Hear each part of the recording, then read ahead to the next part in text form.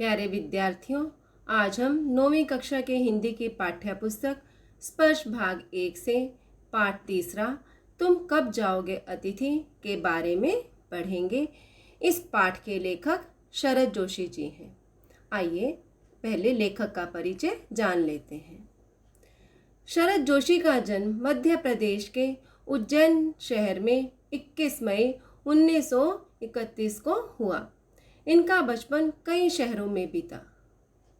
कुछ समय तक यह सरकारी नौकरी में रहे, फिर इन्होंने लेखन को ही आजीविका के रूप में अपना लिया।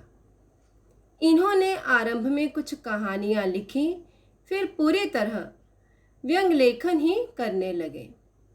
इन्होंने व्यंग लेख, व्यंग उपन्यास, व्यंग कॉलम के अतिरिक्त हास्य व्यंगपूर्ण धारावाहिकों की पटकथाएं और संवाद भी लिखे। हिंदी व्यंग को प्रतिष्ठा दिलाने वाले प्रमुख व्यंगकारों में शरद जोशी जी भी एक हैं। तो शरद जोशी जी का जन्म मध्य प्रदेश के उज्जैन नामक शहर में हुआ था। कब हुआ था? 21 मई 1931 को हुआ था। इनका बचपन एक ही जगह नहीं बीता, इनका बचपन कई शहरों में बीता। कुछ समय तक इन्होंने सरकारी नौकरी भी की। ज़्यादा समय तक इन्होंने सरकारी नौकरी नहीं की, कुछ समय तक इन्होंने सरकारी नौकरी की और फिर इन्होंने लेखन को ही अपनी आजीविका के रूप में अपना लिया। मतलब कि जैसे कि लेख लिखना, कहानियाँ लिखना, इसे ही इन्होंने अपनी आजीविका के रूप में अपना लिया। इन्होंने आरंभ में कुछ कहानियाँ लिखी, फिर पूरी तरह से ये क्या करने लगे? पूरी तरह से व्यंग लेखन ही करने लगे। व्यंग क्या होता है बच्चों? व्यंग का अर्थ होता है ताना। इन्होंने व्यंग लेख लिखे, व्यंग उपन्यास, व्यंग कॉलम और इसके अलावा इन्होंने हास्य व्यंगपूर्ण धारावाहिकों की पटकथाएं भी लिखे और इसके साथ साथ संवाद भी लिखे। हिंदी व्यंग को प्रतिष्ठा दिलाने वाले प्रमुख व्यंगकारों में शरद जोशी भी एक माने जाते हैं। शरद जोशी जी की भाषा अत्यंत सरल और सहज है।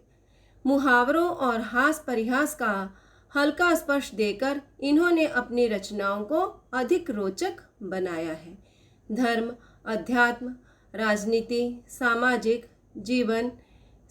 जीवन, व्यक्तिगत आचरण, कुछ भी शरद जोशी की पैनी नज़र से बच नहीं सका है। इन्होंने अपनी व्यंग रचनाओं में समाज में पाई जाने वाली सभी विसंगतियों का बेबाक चित्रण किया है। पाठक इस चित्रण को पढ़कर चकित भी होता है और बहुत कुछ सोचने को विवश भी हो जाता है। शरद जोशी की जो लेख हैं, जो इनके लेख होते हैं, उपन्यास होते हैं, उनकी भाषा बहुत ही सरल है और बड़ी आसानी से सबको समझ में आ जाती है। और बीच बीच में इन्होंने मुहावरों और हास परिहास मतलब के हंसी मजाक का हल्का स्पर्श देकर अपने रचनाओं को और भी ज़्यादा रोचक बनाया है। धर्म, अध्यात्म, राजनीति, सामाजिक जीवन, व्यक्तिगत आचरण, कुछ भी, चाहे जीवन का कोई भी पहलू हो, वह शरद जोशी की पैनी नज़र से बच नहीं सका है। पैनी नज़र मतलब तेज नज़र से बच नहीं सका है। इन्होंने अपनी व्यंग रचनाओं में समाज में पाई जाने वाले सभी विसंगतियों का बेबाक चित्रण किया है। जो इनकी व्यंग रचनाएं हैं उसमें इन्होंने क्या किया है? समाज में जो विसंगतियां पाई जाती हैं उनका इन्होंने बेबाक पूरी तरह से इन्होंने खुलकर चित्रण किया है। पाठक इस चित्रण को पढ़कर चकित भी होता है। मतलब पाठक जो है इनके इस चित्रण को पढ़कर हैरान भी होता है और बहुत कुछ सोचने के लिए भी मजबूर हो जाता है। इनकी प्रमुख कृतियां हैं परिक्रमा, किसी बहाने, जीप पर सवार इल्लियां, राह किनारे बैठ, दूसरी सतह, प्रतिदिन। 2 व्यंग नाटक हैं, अंधों का हाथी और एक था गधा। एक उपन्यास है मैं केवल मैं उर्फ कमलमुख बीए। ये इनके द्वारा लिखी गई प्रमुख कृतियां हैं। तो बच्चों, अब हम अपने पाठ की तरफ बढ़ेंगे। आज का हमारा पाठ है तुम कब जाओगे अतिथि और इसके लेखक हैं शरद जोशी जी। भारत एक विशाल देश है, इसकी अनेकों विशेषताएं हैं, फिर चाहे वह अपनत्व की भावना हो या फिर रिश्ते के मान सम्मान की। हमारे देश में एक परंपरा युगों से चलती आ रही है, वह है अतिथि देवो भव।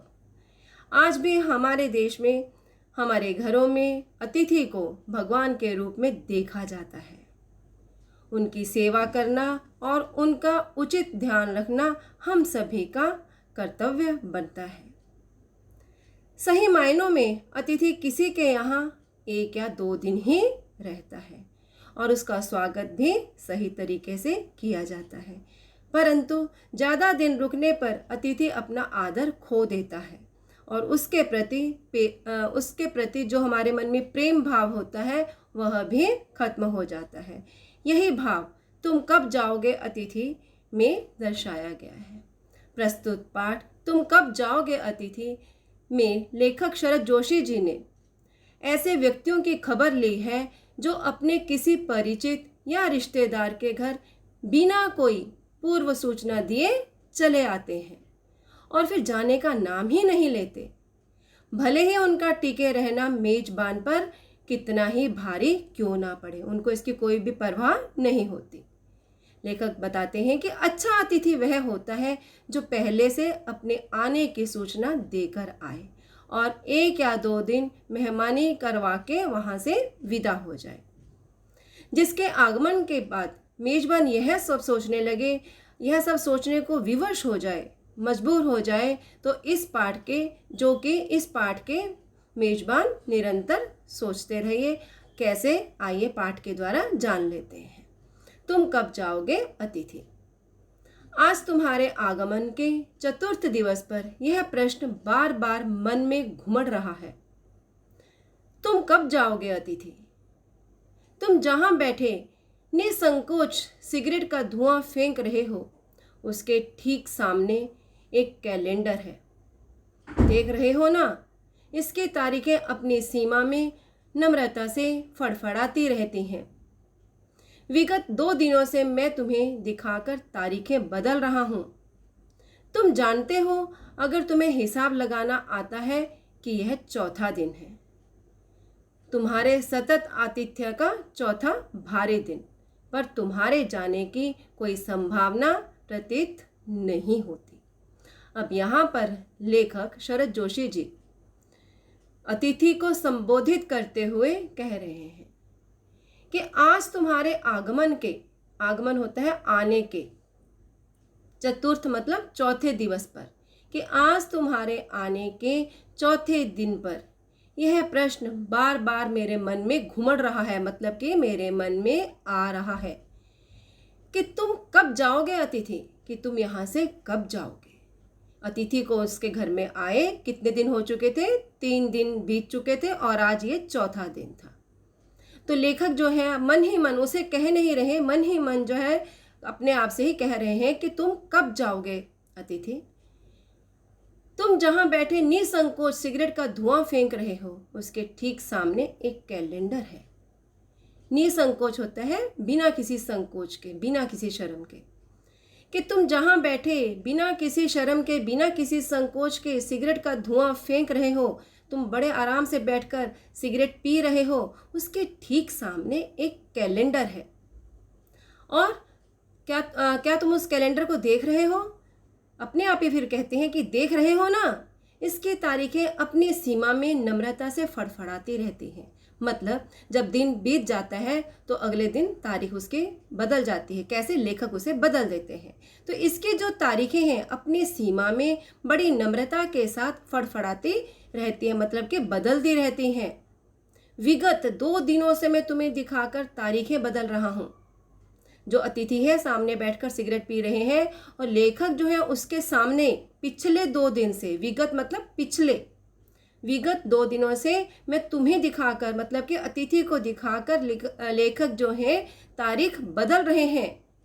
तुम जानते हो, यदि तुम्हें हिसाब लगाना आता है तो यह तुम्हारा यहाँ पर रहने का चौथा दिन है।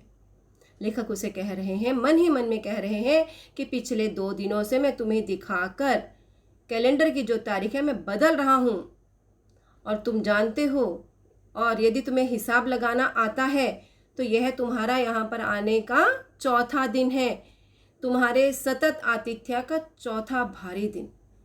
सतत होता है लगातार, निरंतर। तुम्हारे लगातार आतिथ्य का, आतिथ्य जब कोई हमारे घर में आता है तो हम उसका अतिथि सत्कार करते हैं।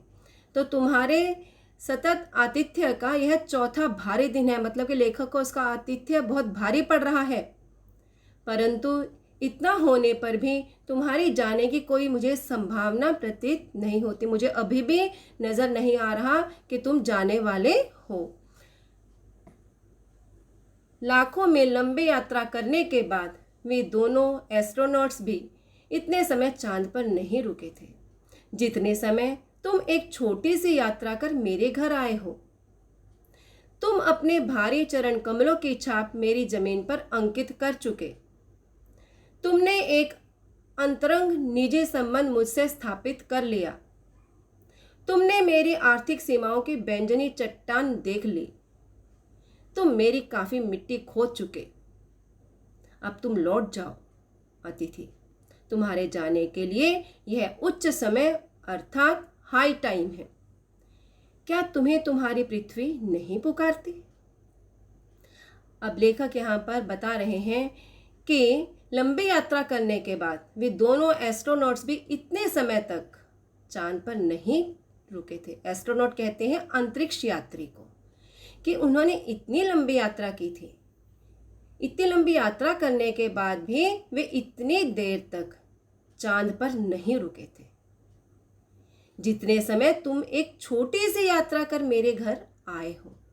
वे उसे ताना मारते हैं कि इतनी लंबी यात्रा करने के बाद वे दोनों अंतरिक्ष यात्री भी इतने लंबे समय तक चांद पर नहीं रुके थे जितने समय तुम एक छोटी सी यात्रा करने के बाद मेरे घर पर रुक चुके हो। तुम अपने भारी चरण कमलों की छाप मेरी जमीन पर अंकित कर चुके हो। मतलब कि जो तुम्हारे चरण कमल है, जो तुम्हारे पैर हैं, तुम उसके एक छाप मेरे जमीन पर जो है, मेरे घर पर तुम क्या कर चुके हो? अंकित कर चुके हो, उस पर छोड़ चुके हो। तुमने एक अंतरंग निजी संबंध मुझसे स्थापित कर लिया है, और तुमने यहाँ पर रहकर मेरे साथ एक अंतरंग मतलब एक गहरी मित्रता मुझसे स्थापित कर ली है। तुमने मेरी आर्थिक सीमाओं की बैंजनी चट्टान देख ली। तुम मेरे साथ रहे, तुमने मेरे साथ बातचीत की, जिससे तुम्हें मेरी आर्थिक सीमाओं का भी पता चला। आर्थिक सीमा होता है धन संबंधी सीमाओं। तुम्हें उसका भी पता चल गया है कि मेरी आर्थिक सीमाएं जो हैं, जो मेरी धन संबंधी सीमाएं हैं, कुछ ज़्यादा अच्छी नहीं हैं। तुमने उसकी बैंजनी चट्टान भी देख ली, तुम्हें उसके बारे में भी सब पता चल चुका है। तुम मेरी काफ़ी मिट्टी खो चुके हो। तुम्हें मेरी जो असलियत थी उसके बारे में तुम्हें बहुत हद तक पता चल चुका है। अब तुम्हारे जाने का समय आ गया है। अब तुम लौट जाओ। तुम्हारे जाने के लिए यह उच्च समय अर्थात हाई टाइम है। लेखक उसे मन ही मन कह रहे हैं कि तुम्हारे जाने का यह उचित समय आ गया है। तुम अब जो है यहाँ से चले जाओ। तुम कैसे इंसान हो? तुम 4 दिन से यहाँ रह रहे हो। क्या तुम्हें अपनी मातृभूमि की, अपने घर की तुम्हें याद नहीं आती? शब्दों के अर्थ जान लेंगे। आगमन, आना। चतुर्थ, चतुर्थ का अर्थ होता है चौथा। निसंकोच, बिना शर्म के, बिना किसी संकोच के। विगत, विगत का अर्थ होता है बीता हुआ। सतत, सतत का अर्थ है लगातार, निरंतर भी कहते हैं इसे। आतिथ्य, आतिथ्य का अर्थ होता है अतिथि सत्कार। संभावना, उम्मीद, संभावना का अर्थ है उम्मीद। एस्ट्रोनॉट्स, अंतरिक्ष यात्री। उस दिन जब तुम आए थे मेरा हृदय किसी अज्ञात आशंका से धड़क उठा था। अंदर ही अंदर कहीं मेरा बटुआ कांप गया था। उसके बावजूद एक स्नेह भीगी मुस्कुराहट के साथ मैं तुमसे गले मिला था, और मेरी पत्नी ने तुम्हें सादर नमस्ते की थी। तुम्हारे सम्मान में, ओ अतिथि, हमने रात के भोजन को एकाएक उच्च मध्यम वर्ग के डिनर में बदल दिया था। तुम्हें स्मरण होगा कि 2 सब्जियों और रायते के अलावा हमने मीठा भी बनाया था। इस सारे उत्साह और लगन के मूल में एक आशा थी। अब लेखक जो है आगे बता रहे हैं कि उस दिन जब तुम आए थे, यानी कि 4 दिन पहले जब तुम मेरे घर आए थे, तो मेरा दिल किसी अज्ञात आशंका से धड़क उठा था। अज्ञात होता है अनजानी, आशंका से जो है धड़क उठा था, मतलब कि उसका दिल धड़क उठा था। क्यों? क्योंकि उसे पता था उसकी आर्थिक स्थिति इतनी अच्छी नहीं थी, तो अंदर ही अंदर जो है उसका बटुआ कहीं कांप गया था। मतलब कि वह भयभीत हो गया था, वह डर गया था कि अभी मेहमान आ गया है और उसका खर्चा बढ़ जाएगा। उसके बावजूद, उतना होने के बाद भी, ये सब पता होने के बाद भी, मैंने एक स्नेह भीगी मुस्कुराहट के साथ तुम्हारा स्वागत किया। मैं तुमसे गले मिला था और मेरी पत्नी ने भी तुम्हें सादर प्रणाम किया था। और तुम्हारा सम्मान करने के लिए, हे अतिथि, हमने रात के भोजन को एकाएक अचानक से हमने एक उच्च मध्यम वर्ग के डिनर में बदल दिया था। कि लेखक जो है इतना अच्छा खाना रात को नहीं खाते थे, लेकिन मेहमान के आने के बाद उन्होंने उस रात के भोजन को उच्च मध्यम वर्ग के डिनर में बदल दिया था। वे उसे याद कराना चाहते हैं कि तुम्हें स्मरण होगा, तुम्हें याद होगा कि 2 सब्जियां और रायते के अलावा हमने मीठा भी बनाया था। लेखक उसे याद दिला रहे हैं कि तुम्हें याद होगा कि उस दिन, उस रात को हमने 2 सब्जियां और रायता और इसके अलावा हमने मीठा भी बनाया था। इस सारे उत्साह और लगन के मूल में एक आशा थी, क्योंकि उसके मन में ये सब करने का उत्साह था, जोश था और लगन थी, उसके पीछे एक आशा थी। क्या आशा थी? आशा थी कि दूसरे दिन किसी रेल से एक शानदार मेहमान नवाजी की छाप अपने हृदय में लेकर तुम चले जाओगे। हम तुमसे रुकने के लिए आग्रह करेंगे, मगर तुम नहीं मानोगे और एक अच्छे अतिथि की तरह चले जाओगे। पर ऐसा नहीं हुआ। दूसरे दिन भी तुम अपनी अतिथि सुलभ मुस्कान लिए घर में ही बने रहे। हमने अपनी पीड़ा पी ली और प्रसन्न बने रहे। स्वागत सत्कार के जिस उच्च बिंदु पर हम तुम्हें ले जा चुके थे, पहले इसे समझ लेंगे कि उसे लगा था कि दूसरे दिन उन्होंने अच्छा खाना उसे क्यों खिलाया था। उन्हें लगा था कि दूसरे दिन जो अतिथि है वह किसी रेल से जो है चला जाएगा और उसके मन में एक शानदार मेहमान नवाजे की छाप होगी। परंतु ऐसा हुआ नहीं हुआ। लेखक के मन में यह बात भी थी कि हम उसे रुकने के लिए आग्रह करेंगे, लेकिन वह नहीं मानेगा और एक अच्छे अतिथि की तरह चला जाएगा। परंतु ऐसा नहीं हुआ। दूसरे दिन भी क्या हुआ? तुम अपनी अतिथि सुलभ मुस्कान लिए घर में ही बने रहे। दूसरे दिन भी तुम अपने चेहरे पर अतिथि मुस्कान लिए हुए घर में ही बैठे रहे। हमने अपनी पीड़ा पी ली, मतलब कि हमें बहुत दर्द हुआ, हमें जो दर्द हुआ हमने उसको मतलब कि पी लिया, अपने दुख को हमने ऐसे ही पी लिया और हम ऊपर से दिखावा करते रहे, प्रसन्न बने रहे। स्वागत सत्कार के जिस उच्च बिंदु पर हम तुम्हें ले जा चुके थे, मतलब कि उन्होंने उस पहली रात को क्या किया था, उसे जो है अच्छा डिनर कराया था। तो स्वागत सत्कार के जिस बिंदु पर हम तुम्हें ले जा चुके थे, वहाँ से नीचे उतरकर हमने फिर दोपहर के भोजन को लंच की गरिमा प्रदान की। मतलब कि उन्होंने रात्रि को बहुत अच्छा उन्हें जो है डिनर करवाया था, लेकिन अगले दिन जब वो नहीं गया तो उन्होंने दोपहर को जो है एक सादा लंच उन्हें प्रदान किया और रात्रि को तुम्हें सिनेमा भी दिखाया। और जब रात हुई तो उन्होंने उसे सिनेमा भी दिखाया। हमारे सत्कार का यह आखिरी छोर है जिसके आगे हम किसी के लिए नहीं बढ़े। यानी कि उनके घर में पहले भी मेहमान आते थे और इतना ही वे करते थे। तो उन्होंने क्या कहा कि हमने जो है अगले दिन दोपहर को आपको लंच की गरिमा प्रदान की और फिर रात को तुम्हें सिनेमा भी दिखाया और हमारे अतिथि सत्कार का यह अंतिम किनारा है। इसके आगे हम किसी के लिए भी नहीं बढ़े।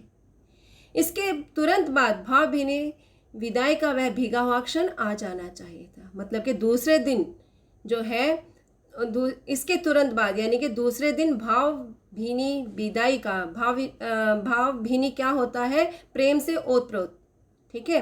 तो उसके बाद जो है इस विदाई का वह भीगा हुआ क्षण आ जाना चाहिए था, लेकिन वैसा नहीं हुआ। जब तुम विदा होते और हम तुम्हें स्टेशन छोड़ने तक चले जाते, परंतु तुमने ऐसा नहीं किया। शब्दों के अर्थ जान लेंगे। अंकित, अंकित मतलब छापा। आर्थिक सीमा, धन संबंधी सीमा।